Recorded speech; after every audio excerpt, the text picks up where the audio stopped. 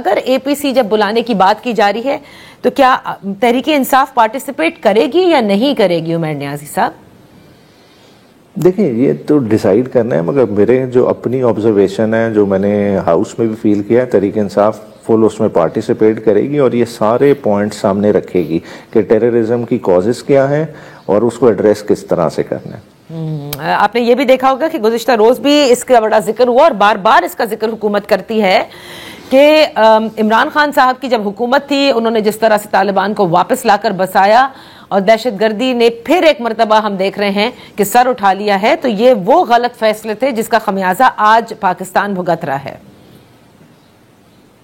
नहीं, इन फैसलों का तो फ्लोर ऑफ द हाउस पे डिफेंस मिनिस्टर ने खुद बात की ना। देखिए वो इमरान खान साहब का फैसला नहीं, उन्होंने बाकायदा नाम लेके जो है ना जनरल फैज और जनरल बाजवा का नाम लिया, कहा कि हमें बुलाया गया और वहाँ जो है ना ब्रीफिंग दी गई। तो ब्रीफिंग किसकी तरफ से थी और अल्टीमेटली फैसला किसके दौर में हुआ, वो सारे मिनट्स और मीटिंग लगा के अवाम को दिखा दें।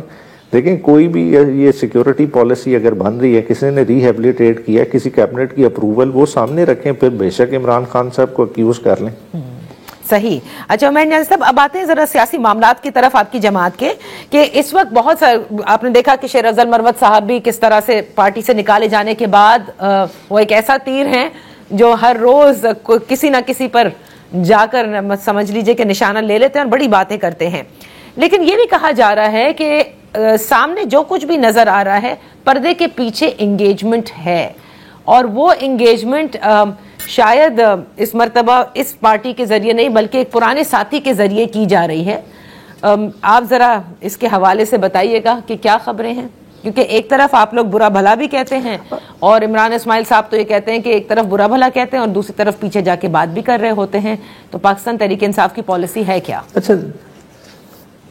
अच्छा अगर देखें एंगेजमेंट होती तो हमारे एमएनएज और सेनेटर्स उठाए ना जा रहे होते। आपके अभी रिसेंटली टाइम्स में देखें सेनेटर ओन अब्बास बप्पी को किस तरह से घर से उठाया गया जी। फिर अगर एंगेजमेंट होती तो प्रोडक्शन ऑर्डर पे चौधरी एजाज चौधरी साहब जो हमारे सेनेटर हैं वो ऐवान में आ जाते। अगर एंगेजमेंट होती तो मियाँ गौस आज जो है ना एमएनए हमारे रहीम यार खान से वो जेल में ना होते।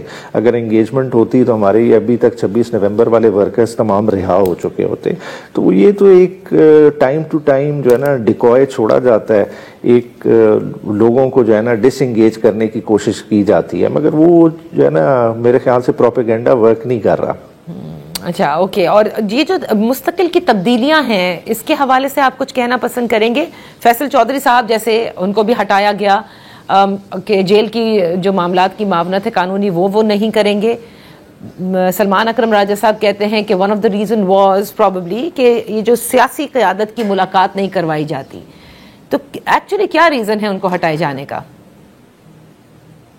अच्छा देखिए roll over the period of time लोगों के चेंज होते रहते हैं। लोगों ने जो है ना डिफरेंट रोल्स में सर्व करते रहते हैं। जो लीगल साइड है ये जो है ना टेक्निकल काम है और पीटीआई का बुनियादी तौर पे देखें जो इस वक्त चेयरमैन भी हैं वो भी वकील हैं, सेक्रेटरी जनरल भी वकील रहे हैं। तो ओवरऑल लीगल मामलात में और ज़्यादा जो है ना क्लोज नज़र होती है पार्टी की इन चीज़ों में। तो ये फैसले ओवर इंटरेस्ट जो बेसिकली खान साहब के केसेस का इंटरेस्ट देख के, वॉल्यूम ऑफ वर्क देख के फैसले किए जाते हैं। तो ये होते रहते हैं।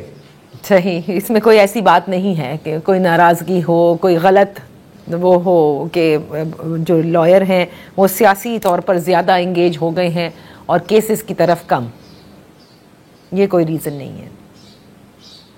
अगर इस तरह की हो भी सही तो देखें ये ज़्यादा इम्प्रेशन तो बेहतर सलमान राजा साहब से पूछ लें तो वो क्लियर कर सकते हैं, मगर मेरे ख्याल से इसमें कोई फ़र्क नहीं पड़ता। देखें रोल है, पार्टी ने एक रोल के लिए जिसको बेहतर समझे ले आए, क्योंकि अल्टीमेट ऑब्जेक्टिव क्या है कि इमरान खान साहब के केसेस ख़त्म होने चाहिए और उन्हें बाहर आना चाहिए। तो उसके लिए ये सारी तगोदो है। तो उसके लिए अगर किसी और को बेहतर समझा जाता है तो और को ले आए। सही।